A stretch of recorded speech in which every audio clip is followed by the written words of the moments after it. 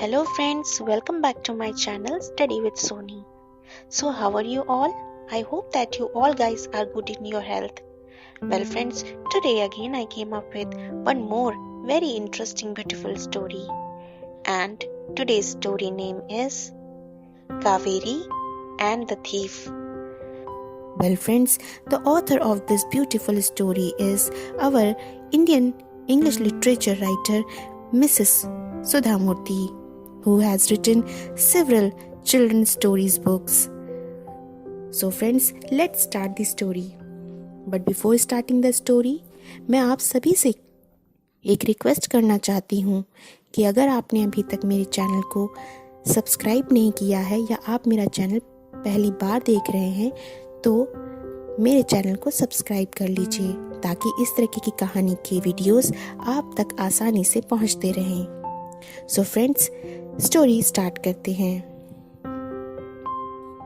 So friends, story start होती है आज सुबह सुबह जब सारे बच्चे मतलब कि रघु, मीनू, आनंद और कृष्णा ये सब बच्चे धान के खेतों में अपने अज्जा मतलब कि दादाजी के साथ गए हुए थे। ये सारे बच्चे शहर में ही रहा करते थे और इन्हें खेती के बारे में कुछ भी मालूम नहीं था। खेत की तरफ जाते समय आनंद ने एक पेड़ पर घोंसला देखा और घोंसले को देखकर वह बड़ा ही हैरान हो गया। उसने तुरंत अपने अज्जा से कहा कि ये चिड़िया किस तरह डिसाइड कर पाती है कि कहाँ किस पेड़ पर कैसा घोंसला बनाना है। अज्जा ने बच्चों को बताया कि घोंसले को बनाने के लिए चिड़िया को तिनके की जरूरत पड़ती है और ये तिनका चिड़िया धान के खेत से ले आती है और उसी से अपना घोंसला बनाया करती है। और वे बताते हैं कि बच्चों, खेती करने से मनुष्यों का तो भला होता ही है, साथ साथ कई तरीके के चिड़ियों और जानवरों का भी भला होता है। तभी कृष्णा ने कहा, अज्जा, मुझे हमेशा यह लगता था कि धान और गेहूं पेड़ पर लगते हैं जैसे कि आम लगते हैं। ये तो मुझे आज पता चला कि वास्तव में धान और गेहूं कैसे उगते हैं और आज ही पता चला कि फार्मिंग आसान काम नहीं है, इसमें बहुत काम और मेहनत लगती है। खेतों से सभी लोग वापस दोपहर को घर आ गए और दोपहर का खाना खाने के बाद सभी बच्चे अपनी अज्जी मतलब दादी के पास जाकर बैठ गए आज के दिन की कहानी सुनने के लिए। पर अज्जी ने उन सबको बहुत ध्यान से देखा तो वे समझ पा रही थीं कि आज सभी बच्चों ने अच्छे से खेती के कुछ काम किए थे, जैसे बीजों को साफ करना और धान में से तिनका निकालना। शहर में तो हर एक चीज सुपरमार्केट या मॉल से आ जाया करती है, पर यहाँ इन सबको यह मालूम चल गया कि कैसे अनाज और अन्य खाद्य चीजें खेती से पैदा की जाती हैं। तभी अज्जा वहाँ सभी के सामने आ जाते हैं और कहते हैं कि किसानी का काम बहुत ज़रूरी है, क्योंकि अगर किसान अनाज नहीं उगाएगा तो हम सब क्या खाएंगे। तभी आनंद ने बहुत सोचते हुए कहा कि अगर किसान इतना ज़रूरी काम करते हैं तो वे गरीब क्यों हैं। उसकी बात सुन के अज्जी ने कहा, तुम सही कह रहे हो। और वे हाथ का पंखा हाथ झालते हुए कहती हैं, हमारे देश में बहुत से ऐसे किसान हैं जिनके पास ज़्यादा ज़मीन है, तो वे अपनी ज़मीन से ज़्यादा पैदावार उगाते हैं और वे अमीर हो जाते हैं। पर कुछ किसान ऐसे भी हैं जिनके पास बहुत कम ज़मीन है या नहीं भी है, तो वे दूसरों की ज़मीन पे काम करते हैं और उनकी पैदावार जो ज़मीन से निकलती है वह बहुत कम है और जिसकी वजह से वे गरीब हो जाते हैं। बच्चों के चेहरे इस बात को सुनकर थोड़ा उदासी से नीचे की ओर झुक गए, पर अज्जी ने अपना पंखा नीचे जमीन पर रखा और थोड़ा ऊंचाई पर जाकर के बैठ गई और बच्चों से कहने लगी कि मैं आज आपको एक ऐसी कहानी सुनाऊंगी जिसमें एक किसान गरीब होकर भी गरीब नहीं रहता और उसने अपनी बुद्धि के बल पर सब कुछ हासिल किया। तभी सभी बच्चे कहते हैं, हाँ अज्जी, ऐसी कहानी जरूर सुनाओ। तब अज्जी ने अपनी कहानी सुनानी शुरू की और वे कहती हैं, एक गांव में एक औरत थी जिसका नाम कावेरी था। उसका पति था जो उसे हमेशा ही परेशान किया करता था। उसका पति जहाँ बहुत ज्यादा ही आलसी था, वहीं कावेरी बहुत ज्यादा कामकाजी औरत थी। वह लगभग घर के अंदर और बाहर के सारे काम खुद अकेले ही किया करती थी। वह खेतों में गधों की तरह बहुत ज्यादा ही मेहनत किया करती थी। वह खेतों की जुताई, पानी से सिंचाई और एक कठोर सूखी जमीन की देखभाल भी किया करती थी, जबकि उसका पति घर पर ही रहकर खराटे लेकर के सोया करता था। एक बार की बात है कि एक अजनबी आदमी उनके घर पर आया और खाना पानी मांगने लगा। तभी कावेरी के पति ने रसोई के अंदर जाने का इशारा उस अजनबी आदमी को दे दिया और खुद खराटे मार करके सोने लगा। खैर, वह अजनबी आदमी बहुत ज्यादा ईमानदार था। उसने अपने और अपने घोड़ों के लिए उतना ही खाने का सामान लिया जितना उसे चाहिए था और बाकी किसी चीज को उसने हाथ भी नहीं लगाया। वैसे भी कावेरी के छोटे से घर पर कुछ ज्यादा सामान तो था ही नहीं।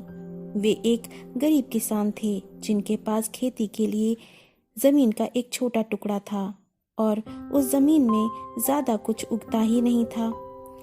पर फिर भी कावेरी खेत पर काम जरूर किया करती थी और दूसरों के घर पर जाकर छोटे बड़े काम भी किया करती थी और इस तरीके से वह अपनी घर की जरूरतों को पूरा किया करती।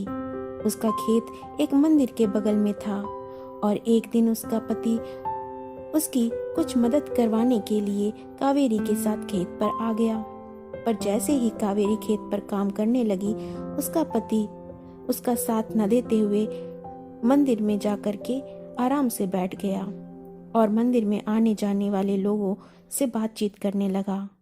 पर एक दिन कावेरी खेत पर काम कर रही थी जमीन खोदने का, ताकि वह कुछ जमीन में बीज बो सके।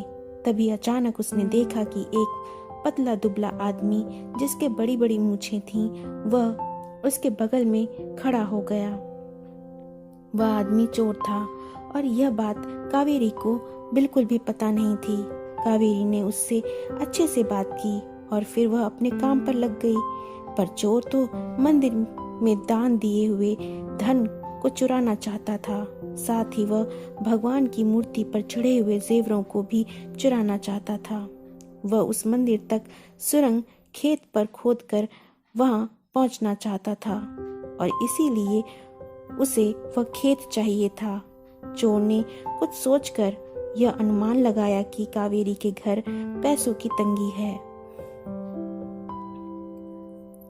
उसने कावेरी के पास जाकर उससे कहने लगा कि दीदी, क्यों आप इस बंजर जमीन पर इतनी मेहनत कर रही हो? मैं आपको आपकी जमीन के बदले 1000 रुपए दे दूंगा। आप मुझे अपनी जमीन बेच दीजिए। यह बात सुनकर कावेरी ने अपनी भौहें ऊपर उठाई और विचार करने लगी कि इतनी कीमत इस जमीन की क्यों यह मुझे देना चाहता है। कावेरी को यह बात कुछ अजीब लगी। तभी चोर ने मन ही मन सोचा कि शायद इस कीमत पर कावेरी जमीन नहीं बेचेगी, तो उसने जमीन के और पैसे बढ़ा दिए, 1025 रुपए। कावेरी ने सुना और सिर हिलाकर ना कर दिया। उस चोर ने खेत की आखिरी कीमत 5000 रुपए रखी, पर तब भी कावेरी ने इनकार कर दिया। अब उसे यह अजीब आदमी और भी ज्यादा अजीब लग रहा था और वह उससे बात करना पसंद नहीं कर रही थी। उसने सोचा कि इस सूखे खेत की इतनी बड़ी कीमत ये क्यों देना चाहता है। ये तो पक्का तय है कि यह कोई बुरी योजना के साथ यहाँ आया है और यह जमीन इसको इसीलिए ही चाहिए। हालांकि उस आदमी को चुप कराने के लिए कावेरी ने एक कहानी बनाई और कहने लगी, यह जमीन तो मैं कभी भी नहीं आपको बेच सकती। यह हमारे पूर्वजों की धरोहर है। आज हम गरीब हैं, लेकिन मुझे बताया गया था कि एक समय ऐसा भी था जब हमारा परिवार बहुत ही ज्यादा धनी था। हालांकि हमने अपना बहुत सारा धन इस बीच खो दिया, पर उस धन का बहुत बड़ा हिस्सा किसी पूर्वज द्वारा इसी खेत पर किसी दूसरे से सुरक्षित रखने के लिए उस धन को इसी खेत में कहीं गाड़ दिया गया है। और ये सब हमारे पूर्वजों ने किया है ताकि धन को लुटेरों और चोरों से बचाया जा सके। पर आने वाली पीढ़ी के कुछ लोगों के द्वारा ये सब धीरे धीरे भुला दिया गया। पर छिपे हुए धन के बारे में सुराग अभी कुछ दिनों पहले ही मुझे मिला है। और तुम क्या सोच रहे हो कि मैं इस कठोर बंजर भूमि में इतनी मेहनत से खुदाई क्यों कर रही हूँ? असल बात तो यही है कि मैं उस खजाने की खोज में हूँ। चोर यह सुनकर हक्का बक्का सा रह गया। उसे लगा कि यह औरत सच में बहुत मासूम है, जो ऐसी इंपॉर्टेंट जानकारी उसने किसी अजनबी को यूं ही दे दी। और उसने मन ही मन सोचा कि इस मौके का लाभ मैं जरूर उठाऊंगा और बहुत सारा धन प्राप्त कर लूंगा। कहाँ मैं मंदिर के थोड़े से सिक्कों को चुराने आया था, पर यह औरत तो मुझे बहुत सारा धन को कमाने का राज बता दे रही है। तभी चोर ने कावेरी से कहा, हाँ बहन, मैं समझ सकता हूँ। वैसे भी ये धन आपके परिवार का है और इस पर तो आपका ही अधिकार होना चाहिए। तभी उसने वहां से थोड़ा दूर जाने का बहाना किया और फिर सड़क के किनारे की ढलान पर छिप गया।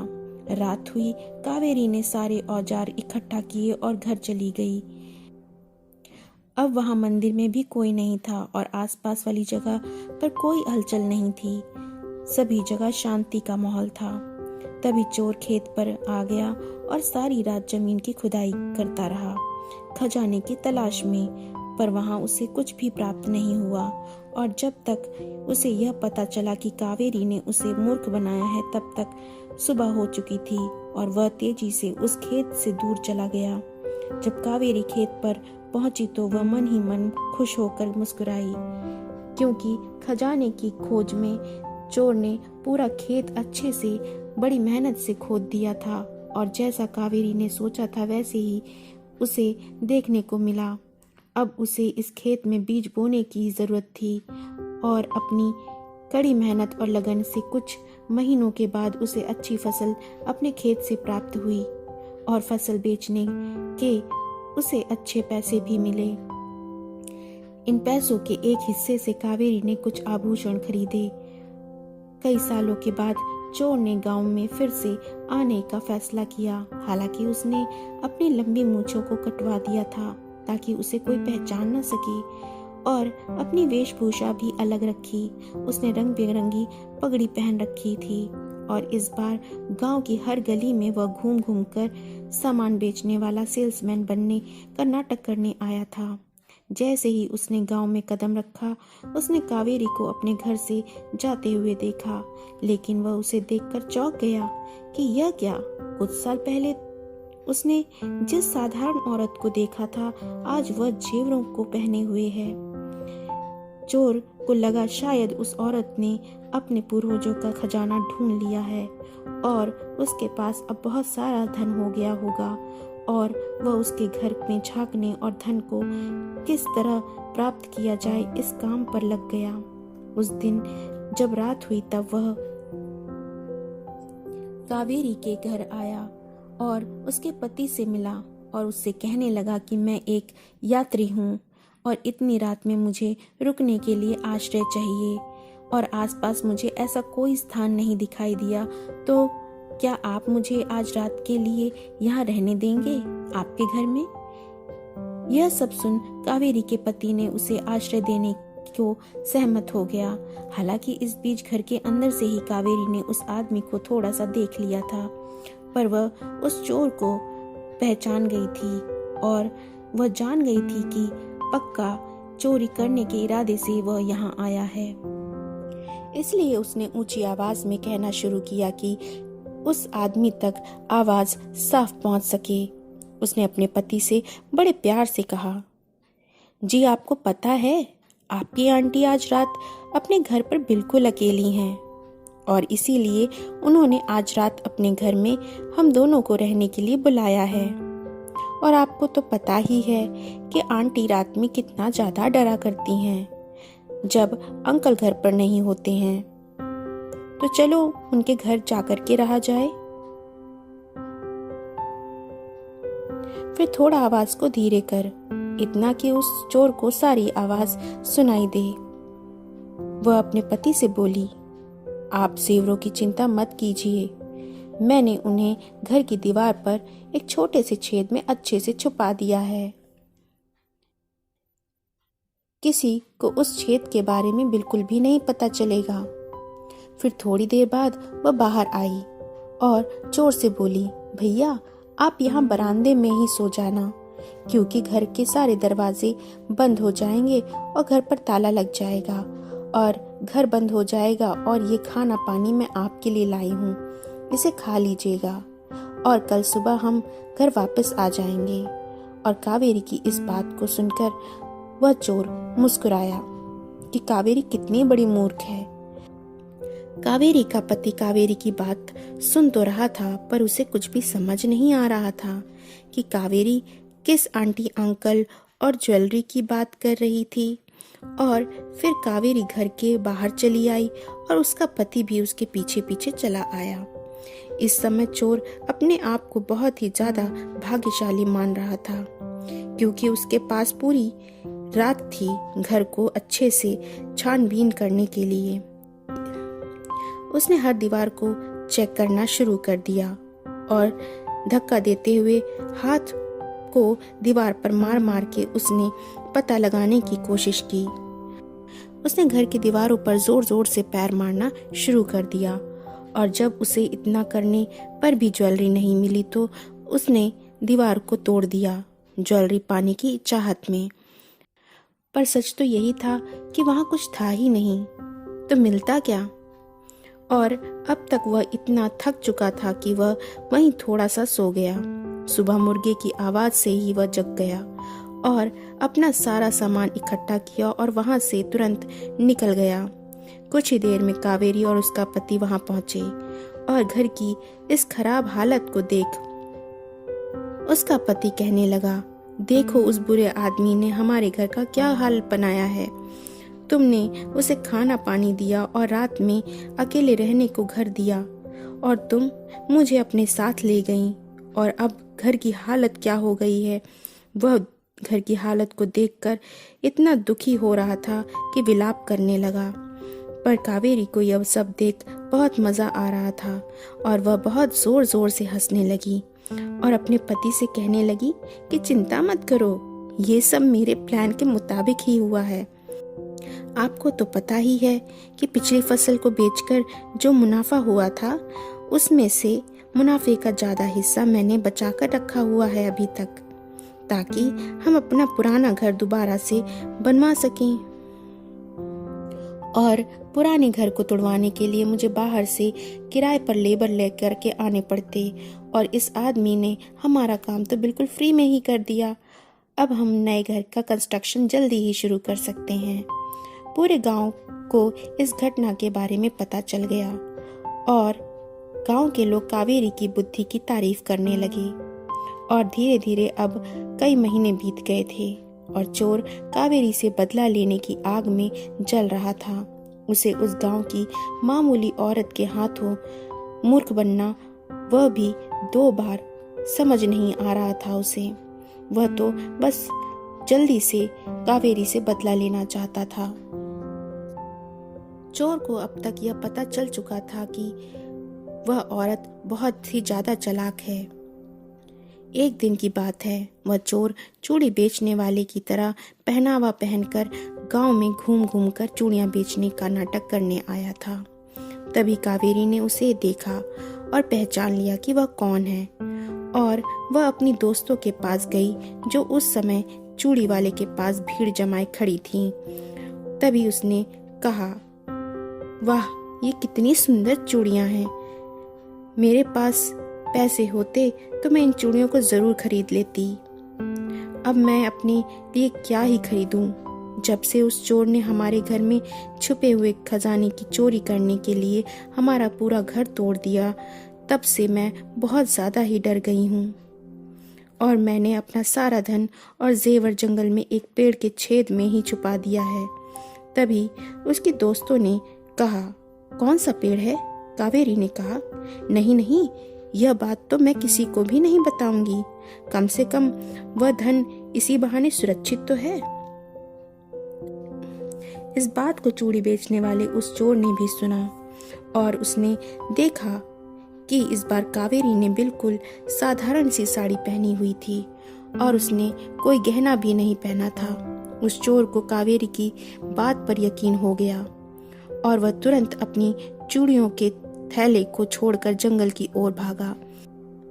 अचानक यह सब देखकर गांव की सारी औरतें हैरानी में पड़ गईं, पर वहीं कावेरी के चेहरे पर मुस्कान थी। उस चोर ने जंगल में बहुत से पेड़ों के तनों की तलाश की।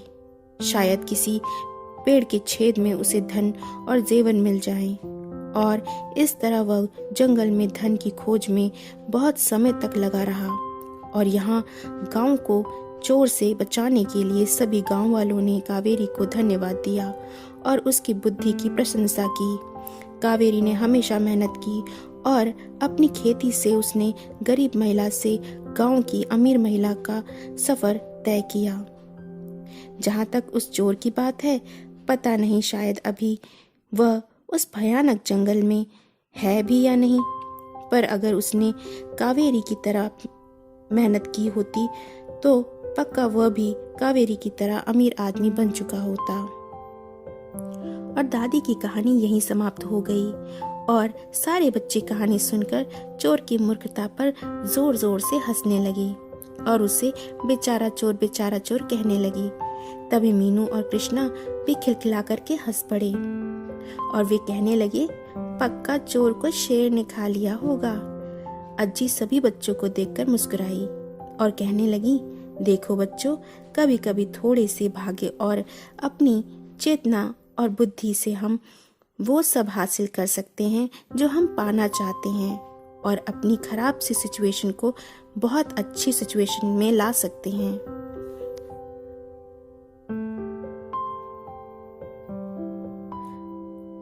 सो फ्रेंड्स, ये स्टोरी यहीं पर एंड होती है एंड आई होप कि आप सभी को ये स्टोरी बहुत ही ज़्यादा पसंद आई होगी।